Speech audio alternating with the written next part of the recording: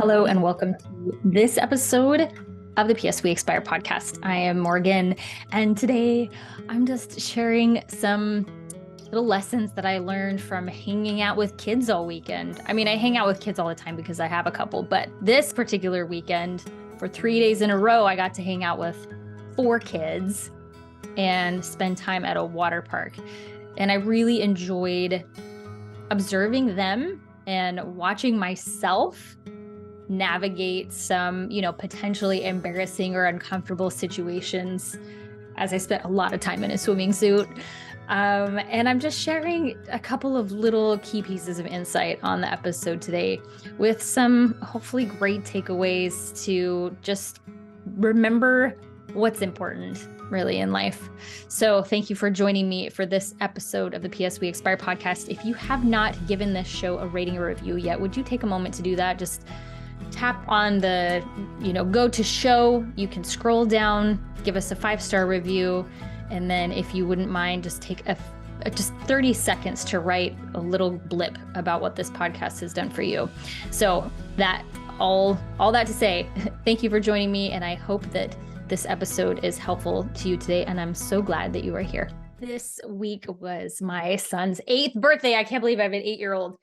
And we decided to take my son and my daughter and 2 of their buddies, so one friend each, to a great indoor water park about 3 hours north of us. So we loaded up our van and we took the kids up there. And I want to share 3 things that came to mind this weekend, spending all the hours with kids. The first thing is that kids don't care what you look like in a swimming suit. They just want you to play with them. I am not at my ideal body weight right now. And I hesitate to even say that because, who decided what the ideal body weight is exactly? But what I know of, where the weight that I'm at, that I feel really great about myself, that things fit the way that I want them to. I'm not at that right now. And that's okay. But I was wearing a 2-piece swimming suit, the high-waisted one, so I could keep my super wrinkly, stretched out, stretch mark tummy tucked into my swimming suit. And I have Slovak or Czechoslovakian heritage. And I don't know if that's the reason why I'm just a very hairy woman.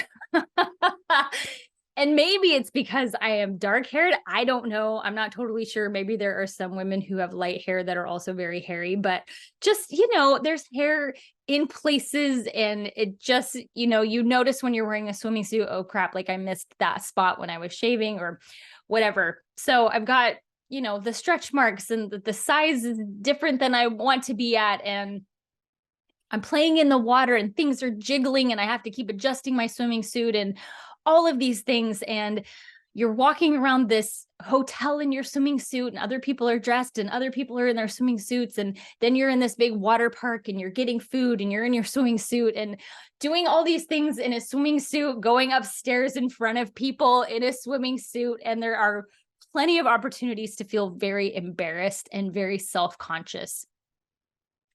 And what I realized is, even if someone is noticing me, noticing my body, whether things that they like or don't like, or are, ambivalent to, they probably really only think about me for less than 3 seconds. Probably not even 3 seconds. 1, 2, 3. They're probably not even thinking about me that much. They're probably not thinking about how my thighs are rubbing together, or how my butt looks when I'm going up the stairs, or the places that I missed when I was shaving. They're not thinking about those things past any important amount of time at all. I didn't really do that with other people. A lot of times, if I saw, a particular body shape in a swimming suit, I would think, that's amazing that they're out here and they're swimming and they're playing. So who cares? Who cares what people were thinking about me, and that I get to manage how I think about myself. And I had so much fun playing in the water with my kids, going down the water slides, playing in the wave pool, all of those things. Had so much fun with them. And they literally don't care what I look like in a swimming suit. They just kept asking me to play with them. So I don't care. And I think that is it's a great lesson and good reminder for us that the people who we are most connected to really shouldn't care that much what we look like. They really should just care about our relationship with them. And granted, there is a different aspect of it where we want the people in our lives that we love to be healthy, certainly, but our body shape is not always indicative of our overall health. Anyway, so that's just the first thing, is that kids don't care what you look like in your swimming suit. They just want you to play with them. Number 2, I observed this with all 4 kids that are, a 7-year-old, 8-year-old, and 2 12-year-old girls. If you neglect sleep and load up on sugar, you are going to have a meltdown. If you consistently go to bed late, don't get great sleep, you're tossing and turning, you're waking up a lot, or you stay up, too late with your friends, or, in our case, maybe as adults, we're staying up too late with our online friends on our phones. If you're not getting good sleep and then you're eating like shit, you are not going to feel great. You're not really going to be able to manage how you feel. You're not going to be able to manage your emotions very well at all. And it may be more difficult to be a good friend. It may be more difficult to want to share with others. It may be more difficult to manage disappointments when things don't go your way. This is what I observed in the kids this weekend, is that the lack of sleep and we were celebrating his birthday. And so we ate a lot more sugar than we normally do. But I just got the front row seat to how difficult that makes life. And I have thought a lot about, what contributing factors make it difficult for me to maneuver in my life in the way that I want to. Those 2 things are definitely drivers in having just a more difficult time managing how I'm feeling, a much more difficult time speaking kindly and rationally in my relationships. So that's number 2. Don't neglect your sleep and don't neglect your nutrition, because it is going to lead to a meltdown. The third one is, it's good to try scary things. It's good to try scary things if you know that you can do it in a way that is safe enough for whatever your risk tolerance happens to be. So my little guy, he's not so little anymore. He's 8, obviously. He does not like scary things. He doesn't like water slides. He doesn't like hikes that go too close to an edge or have too much of an elevation. He doesn't like roller coasters, any of those things. He doesn't ever want to go on an airplane. I'm hoping that I can cure him of that by taking him on some trips. But he just is kind of a fearful little guy. And there haven't really been things in his life, I think, that have contributed to traumatizing him in those things. I think he's wired to be a pretty cautious kid. I think that's just how he is.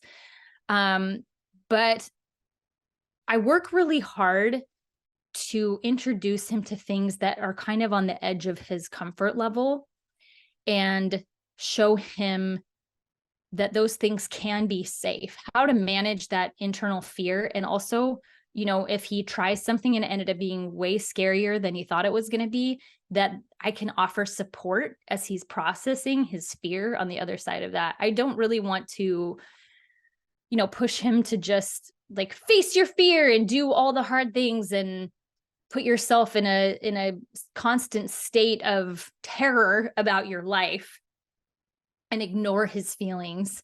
But I also want him to learn how to be okay with the unknown and to be okay with things being hard and things being scary, and seeing how to be okay through those things and on the other side of those things. So we had him go on one water slide, and I was with the other kids and we were watching from these big stairs as we were heading on a different water slide, and watched him come out the bottom of the slide with my husband and just crying so much.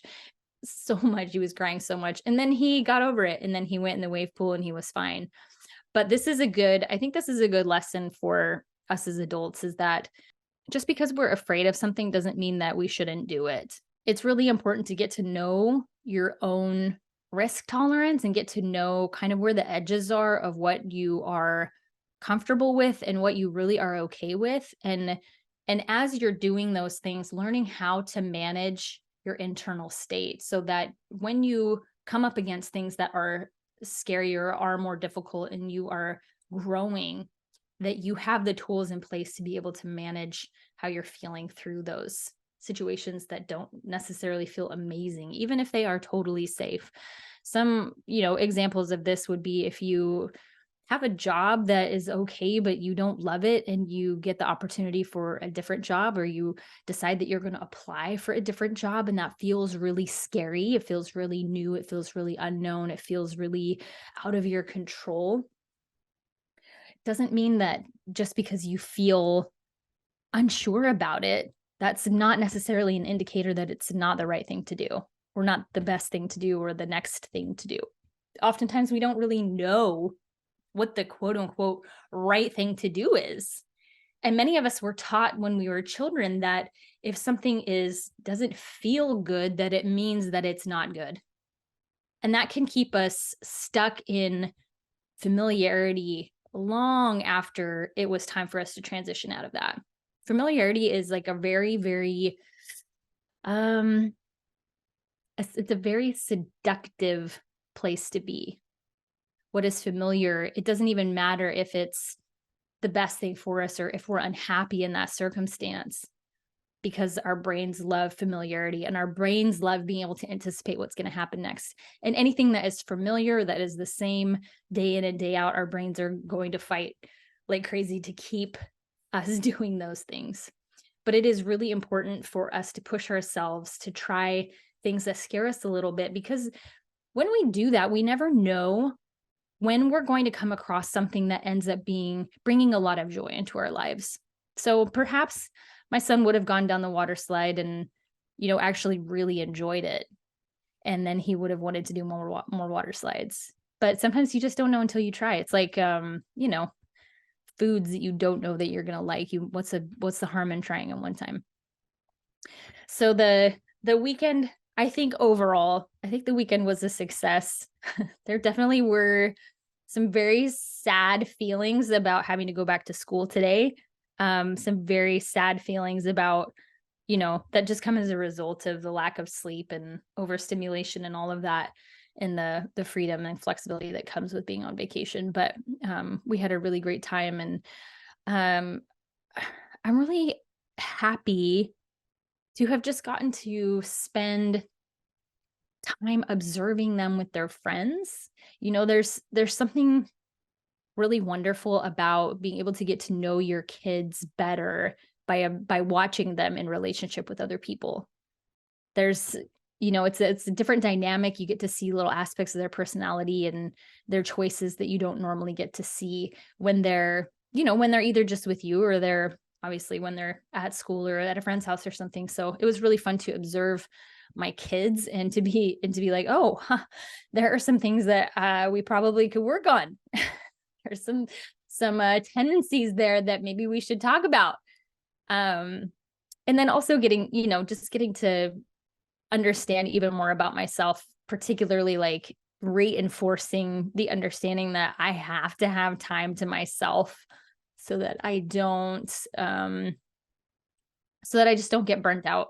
So as an introvert, being in a situation where we were around a lot of people all the time, and that even when we were in our hotel room, there were still 6 of us in that room, just the noise and the neediness and the always being on and being available is really difficult. So I know that going forward, when we take vacations, I need to build into my own little schedule some time to be by myself to recharge. Anyways, that was a little bit of a tangent, but overall it was a fun weekend, and hopefully these three little things that I learned from observing my kids and their friends are just little tidbits for you to be able to look at your life in a different way and say, yeah, overall, this weekend was great. Had a really good time. And I hope that the things that I just shared with you about the way that kids observe the world, the way that they move through the world, that we can hopefully readopt some of those behaviors that we had as children. And, maybe with a little sprinkle more of self-control and altruism and thinking about others. But overall, the things that, that children do, so many of us are just children operating these adult bodies in adult situations with some additional tools, but inside we've still got these little people that just want to be loved, want to be seen, want to be played with, want to be attended to, and want to have our needs met by other people in relationships. So anyway, that's all I've got for today. But before we go,